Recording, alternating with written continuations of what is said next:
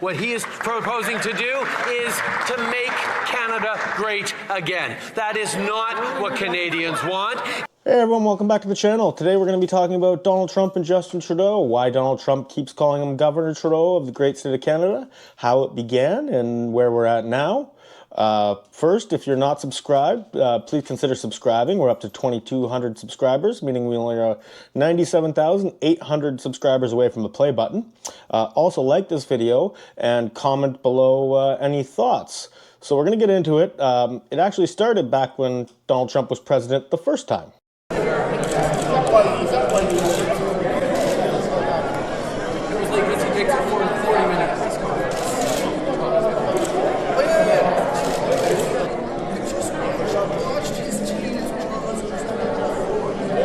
So Justin Trudeau got caught mocking Donald Trump to other world leaders at the NATO summit. Here's how Donald Trump responded. Have you have a video of Prime Minister Trudeau talking about you last night? Well, he's two-faced. That brings us to 2020. Donald Trump lost the election to Joe Biden. Justin Trudeau thought he was never coming back. He started talking about Donald Trump like he was a monster, comparing his political opponents to him like it was a bad thing. The real story is the rise of a right-wing American MAGA-influenced thinking. It has become glaringly obvious to everyone, except for certain MAGA conservatives, that the fight against climate change... He even got other members of the Liberal Party to attack Donald Trump. Here's his finance minister, Chrystia Freeland, saying she stood up to Trump, and Canada will never back down to bullies. Mr. Speaker, our government has stood up to Trump, and our government has stood up to Putin. Meanwhile, when Putin told the Conservatives to vote against the free trade deal with Ukraine, they said, okay, fine. And when Trump threatened Canada with 232 tariffs against steel and aluminum, we stood up to the U.S. You know what the Conservatives said? They said that was dumb, and they told us to back down. We did not. We will never back down to bullies. We will always stand up for Canadians. It wasn't just Justin, though. Donald also took shots at the Trudeau government, especially after the way they handled the COVID pandemic. The tyranny we have witnessed in Canada in recent weeks should shock and dismay people all over the world.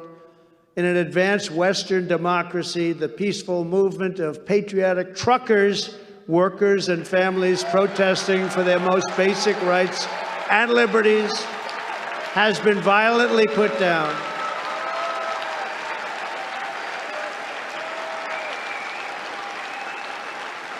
Their assets and life savings have been frozen.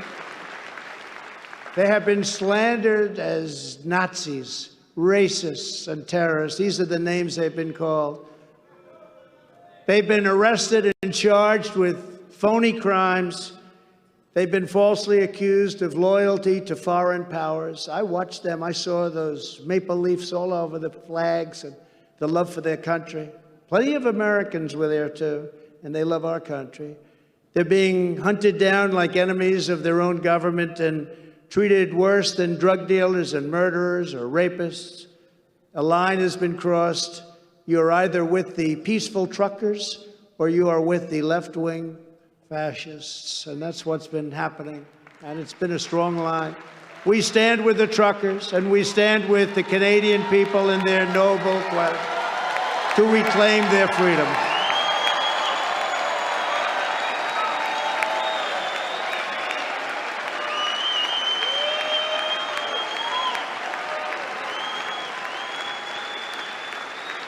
Thank you. Thank you. And then in 2024, Justin Trudeau's worst nightmare came true. Donald Trump beat Kamala Harris in the election and became president again. Justin Trudeau immediately went into damage control mode. First, I want to congratulate Donald on a decisive victory last night. I look forward to working with President Trump once again to strengthen North American economic opportunities for the middle class, to grow our economies in ways that make us competitive around the world, to protect North America from the many, many challenges that exist around the world. The world is actually even more difficult and more complicated than it was 4 years ago. And I know that there's lots of work for us to do, and I'm looking forward to do it. On our side, we've been preparing for this. We're looking forward to doing this work.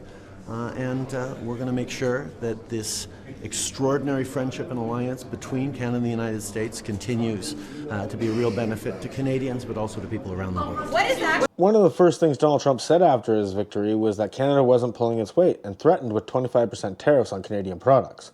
Justin Trudeau immediately jumped on his plane and flew to Mar-a-Lago to speak with Trump about this. When he returned to Canada, he said the meeting went well. But then Fox News released this report of what actually happened. And tonight we're getting some new details about that Trump-Trudeau dinner from two people who were at the table. We are told that when Trudeau told President-elect Trump that new tariffs would kill the Canadian economy, Trump joked to him that if Canada can't survive without ripping off the U.S. to the tune of $100 billion a year, then maybe Canada should become the 51st state and Trudeau could become its governor. Right. The next day, Donald Trump posted this picture on Truth Social with the caption, "Oh Canada." And then he said this in an interview. We're subsidizing Canada to the tune of over $100 billion a year. We're subsidizing Mexico for almost $300 billion. We shouldn't be subsidizing. Why are we subsidizing these countries? If we're going to subsidize them, let them become a state. We're subsidizing Mexico, and we're subsidizing Canada, and we're subsidizing many countries all over the world. And all I want to do is I want to have a level, fast, but fair playing field. Unfortunately for Justin Trudeau's ego, it didn't end there. Donald Trump then posted this on Truth Social. "It was a pleasure to have dinner the other night with Governor Justin Trudeau of the great state of Canada. I look forward to seeing the governor again soon so that we may continue our in-depth talk on tariffs and trade, the results of which will be truly spectacular for all. DJT." After he posted that, it really caught some media attention. Here's Fox News talking about the possibility of Canada becoming the 51st state. Let's just be clear. We're not going to make Canada the 51st state. We'll make it 51 and 52. You make Western Canada, that'll be Republican. Eastern Canada, that'll be Democrat, so you keep the electoral balance there. So many reasons to make this a state. I think, has the third largest oil reserves in the world. Oh, a lot. So that makes us an energy behemoth. It's the most well-educated country in the world because we need a little help in that department. Talk about mining, agriculture, fishing, AI, tech, real estate, Canada, you name it, they got it. We'll never probably lose another Winter Olympics. We'll have all of their skaters and skiers. Wow. I mean, good luck, Sweden.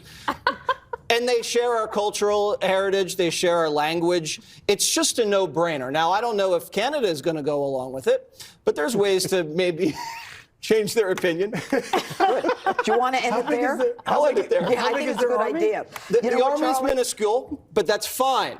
We'll pay to protect them as a state.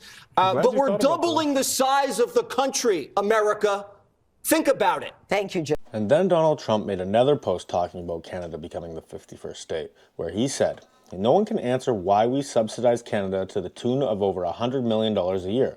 Makes no sense. Many Canadians want to become the 51st state. They would save massively on taxes and military protection. I think it's a great idea. 51st state." Then Justin Trudeau finally responded, but he didn't go after Donald Trump. He went after American citizens for not electing a female president.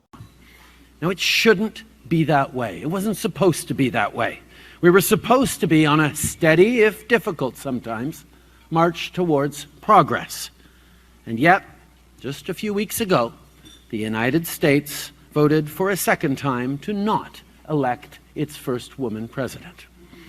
Everywhere, women's rights and women's progress is under attack, overtly and subtly. But I want you to know that I am, and always will be, a proud feminist. You will always have an ally in me and in my government. Almost immediately, Fox News responded to Justin Trudeau's speech. Counterpunch get any lamer? No, I watched that and I went, wow, Justine Trudeau. What Governor of the year. What brand of tampons do you use? I'm Oh, my such a goodness. proud feminist. It's like, my goodness. Ooh, I'm trembling with fear. Please don't invade us with your soy boyness. Lauren, okay, so the Canadian Prime Minister insults all Americans. That's what he did. It just seems so unnecessary. Shortly after that, Justin Trudeau's finance minister resigned. Donald Trump was quick to respond.